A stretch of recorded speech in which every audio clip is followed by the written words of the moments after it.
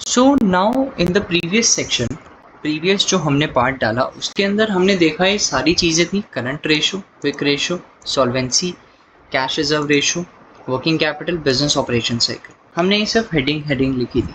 अब इस हेडिंग्स का मीनिंग क्या है और ये कैसे हमें हेल्प करता है फॉर अंडरस्टैंडिंग कि हम किसी भी कंपनी की लिक्विडिटी मैट्रिक्स को चेक कर पाए। ये सारी चीज़ें आपको बताएंगे कि क्या कंपनी शॉर्ट टर्म में सॉल्वेंट है, डेट रिपेमेंट कर पा रही है शॉर्ट टर्म में, राइट।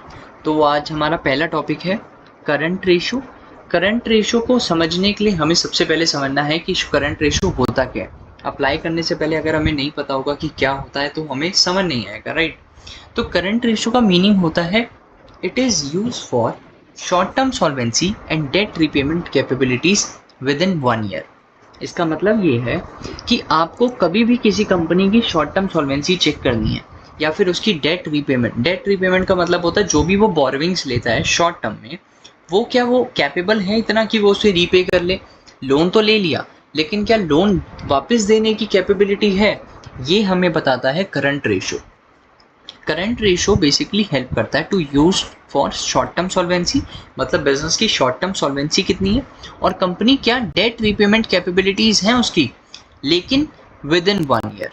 मतलब 1 साल के दौरान के अंदर अगर वो शॉर्ट टर्म सॉल्वेंट है और डेट रीपेमेंट कैपेबिलिटी रखती है तो वो कंपनी अच्छी है, क्योंकि वो अपने डेट को, अपने शॉर्ट टर्म डेट्स को टाइमली मीट कर पा रही है और उसके पास इतना पैसा रहता है हर साल। इसका फॉर्मूला क्या होता है? फॉर्मूला होता है current assets divide by current liabilities, जिसका ओवरऑल मिलता है हमें कि कंपनी के करंट एसेट्स क्या करंट लाइबिलिटीज को मीट करने के लिए इनफ है या फिर कंपनी अभी भी डेट ट्रैप में फंसी हुई है, राइट। अब इसकी फॉर्मूला हमने देख लिया, अब हम समझेंगे कि इसकी इंटरप्रिटेशन क्या निकलती है, जिससे हमें थोड़ा और समझ आएगा कि ये हमें क्या क्या हेल्प करता है बिजनेस डिसीजन लेने में। अब हमें कंपनी में फाइनेंशियल्स चेक करने हैं तो सबसे पहला स्टेप हमारा यही होता है कि हम कंपनी के करंट रेशो को चेक करें।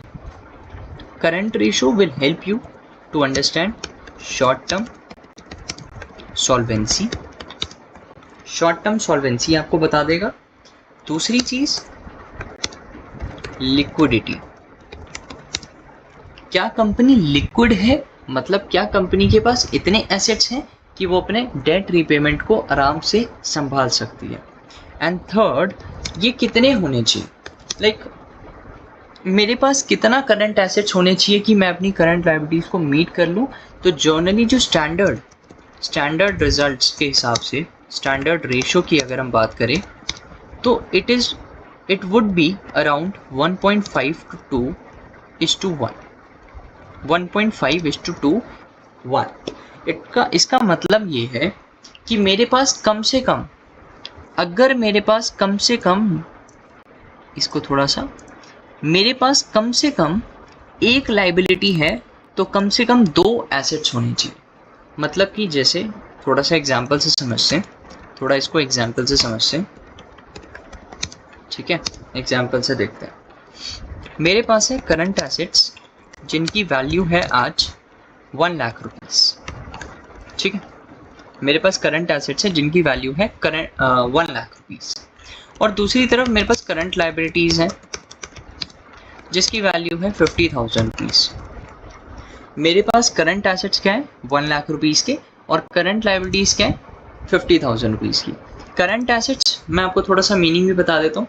तो करंट एसेट्स वो एसेट्स होते हैं जो कंपनी को बेनिफिट प्रोवाइड कराते हैं और कंपनी के एसेट्स होते हैं, राइट होते हैं, लेकिन वो सिर्फ 1 साल के दौरान में फ़ायदा पहुँचाएंगे। कंपनी को जो भी एसेट्स 1 साल के दौरान उसको बेनिफिट्स देंगे, उसके राइट्स हैं, वो होते हैं करंट एसेट्स। और करंट लायबिलिटीज़ वो होती हैं जो कंपनी को 1 साल के दौरान में रीपेमेंट करनी है या फिर उसके ऊपर एक बर्डन है। लायबिलिटी जो कर्जा है वो एक बर्डन है आपके लिए।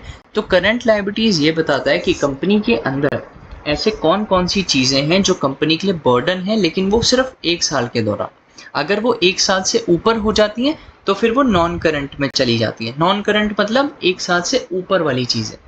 करंट लायबिलिटीज़ बिजनेस की वो लायबिलिटीज़ होती हैं जो कंपनी को 1 साल के दौरान में मीट करनी होती है, और करंट एसेट्स वो एसेट्स होते हैं जो कंपनी को 1 साल के दौरान मीट करने होते हैं, जो उसके राइट्स होते हैं, जो उसके लिए बेनिफिट प्रोवाइड कराते हैं, जैसे कि कैश।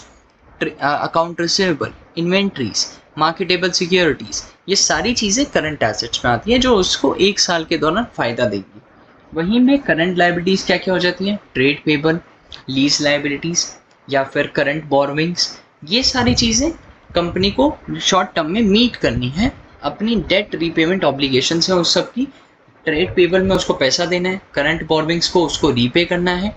तो क्या हम करंट एसेट्स के कंपैरिजन में करंट लायबिलिटीज़ को मीट कर सकते हैं? क्या हम इतने कैपेबल हैं कि हम अपनी सॉल्वेंसी को मीट कर सकते हैं, सॉल्वेंसी मेंटेन कर सकते हैं? ये सब चीज़ें हम देखते हैं करंट एसेट्स और करंट लायबिलिटीज़ को कंपेयर करके। तो एक एग्जांपल पे वापस आ जाते हैं। मेरे पास है करंट एसेट्स 1 लाख रुपए के और करंट लायबिलिटीज़ है 50,000 की। तो अभी मैंने जब फॉर्मूला पढ़ा, ऊपर मैंने एक फॉर्मूला पढ़ा था, उस फॉर्मूले के अकॉर्डिंग ये लिखा था कि करंट एसेट्स को करंट लायबिलिटीज़ के साथ कंपेयर कर दो तो आपको पता चल जाएगा कंपनी की करंट रेशो क्या। तो मैंने किया 1 lakh rupees current assets divide by 50,000 तो मुझे मिलेगा कितना आंसर क्या आएगा मेरा? आंसर आएगा 2:1। 1 lakh rupees divide by 50,000 rupees जब आप कंपेयर करोगे तो आपको आंसर आएगा 2:1। कभी भी हम रेशो निकालते हैं तो 2:1 ज़रूर लिखना होता है। ऑल्दो 1 लाख डिवाइड बाय 50,000 2 होता है, लेकिन हमें 1 क्यों लिखना होता है? क्योंकि ये एक रेशो का स्टैंडर्ड वे होता है आंसर लिखने का। ओके, तो 2:1 हमारा आंसर आ जाता है। इसका मतलब ये है कि मेरे पास करंट एसेट्स ट्वाइस हैं, मतलब है 2 गुना करंट एसेट्स हैं टू मीट करंट लायबिलिटीज़। तो अगर मेरा 2 में से 1 चली भी जाएगी तो भी मेरे पास इतने करंट एसेट्स बचे रहेंगे कि मैं अपनी शॉर्ट टर्म आने वाली या फिर मेरे को बेनिफिट्स प्रोवाइड कराने वाली चीज़ें पड़ी रहेंगी, मतलब मुझे कोई भी प्रॉब्लम नहीं आएगी। ये एक स्टैंडर्ड रेशो था कि 1.5 से 2:1 होना चाहिए। क्यों होना चाहिए? क्योंकि कंपनी को करंट लायबिलिटीज़ मीट करने के लिए अच्छा खासा पैसा चाहिए। तो उसके पास 1 लाख रुपए था, अब आपकी जेब में 1 लाख रुपए और अगर आपको 50,000 का डेट देना है, आप आराम से दे सकते हो, बिल्कुल दे सकते हैं जी। लेकिन अब एक दूसरी कंडीशन ये आ जाती है। एक तो ये हो गया एग्जाम्पल नंबर 1 जो आपको बताता है कि हाँ भाई मैं कैपेबल हूँ। लेकिन एक जगह ना कंडीशन ये भी हो जाती है, बिजनेस में कुछ कंपनीज ऐसी भी होती हैं जिनके पास करंट एसेट्स हैं 1 लाख रुपीज़ के। अगेन हम एग्जांपल लेते हैं, 1 लाख रुपीज़ के करंट एसेट्स हैं, ठीक है, और उनके पास अब करंट लायबिलिटीज़ जो है ना, अब उनके पास जो करंट लायबिलिटीज़ हैं वो हो गई हैं 2 लाख रुपए की। अब यहाँ पे कंपनी के पास डेट ज़्यादा है, शॉर्ट टर्म का डेट उसके पास अब ज़्यादा है। ये हमारा है सेकेंड एग्जाम्पल। फर्स्ट एग्जाम्पल में हमने देखा, सेकेंड एग्जाम्पल में करंट एसेट्स तो 1 लाख के हैं, लेकिन अब इस कंपनी के पास करंट लायबिलिटीज़ 2 लाख की हैं, क्योंकि बिजनेस को ऑपरेशंस करने के लिए या फिर शॉर्ट टर्म डेट लेना पड़ गया था कोई भी अनहैपनिंग के लिए। तो अब हम जब इसका फॉर्मूला लगाएंगे जो हमने ऊपर पढ़ा, फॉर्मूला क्या कहता था? Current assets divide by current liabilities,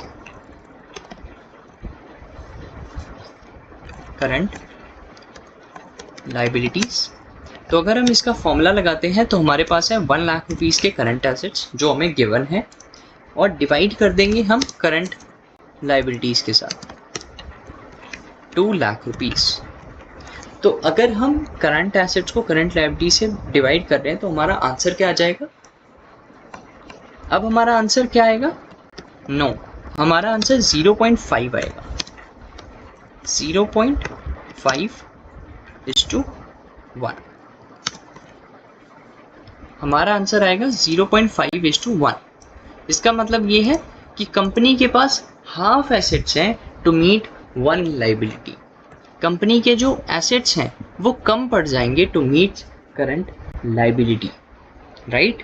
कम से कम एक स्टैंडर्ड रेशो ये कहता है कि कम से कम आपके पास 1:1.5 या फिर 2 तक एसेट्स होने चाहिए टू मीट करंट लायबिलिटीज़। अगर आपके पास 1 रुपये का कर्जा है तो कम से कम 2 रुपये आपकी जेब में होने चाहिए, तभी आप फ़ायदे में हो, वरना आपका बिजनेस फ़ायदे में नहीं है, शॉर्ट टर्म सॉल्वेंसी वो मीट नहीं कर सकता। ओके, अब हम इसको थोड़ा सा ऊपर कर देते हैं, रिजल्ट्स हमारे ऊपर आ जाएंगे।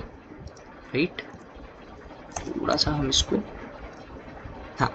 सो बेसिकली पहले एग्जांपल में हमने ये देखा कि मेरे पास करंट एसेट्स ट्वाइस थे, ताकि मैं अपने मतलब मेरे पास 2 रुपये थे जिसमें मैं 1 रुपये की लाइबिलिटीज़ भर सकता हूँ। लेकिन दूसरी कंडीशन में मेरे पास 1 रुपये की लाइबिलिटी है लेकिन मेरे पास आधा पैसा है, तो मैं आधा पैसा फिर मैं डेट लूँगा, डेट लेके फिर मैं अपनी लाइबिलिटीज़ को मीट करूँगा, फिर मुझ पे कर्जा चढ़ जाएगा, मेरे एसेट्स तो चले गए बल्कि और लोन मेरे पे चढ़ गया। तो ये कंडीशन किसी भी बिजनेस में बुरी होती है।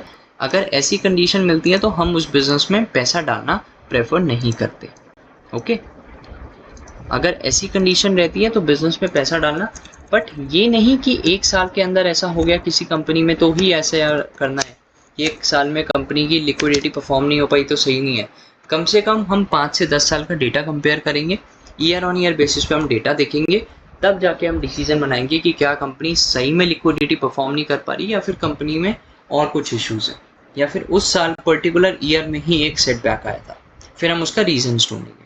ठीक है, अगर ऐसी कंडीशन आपको मिलती है तो ये बहुत अच्छी है, ज़्यादा है तो भी अच्छी है। लाइक मान लेते हैं कि इसकी जगह मेरे पास हो गए 1.5 लाख रुपए के एसेट्स, तो अब मेरा कंडीशन क्या लग जाता है कि 1.5 लाख डिवाइड बाय 50 इज 3:1। तो ये तो और अच्छा कंडीशन है कि मेरे पास 3 रुपये मेरी जेब में 1 रुपये की लायबिलिटी मीट करनी है।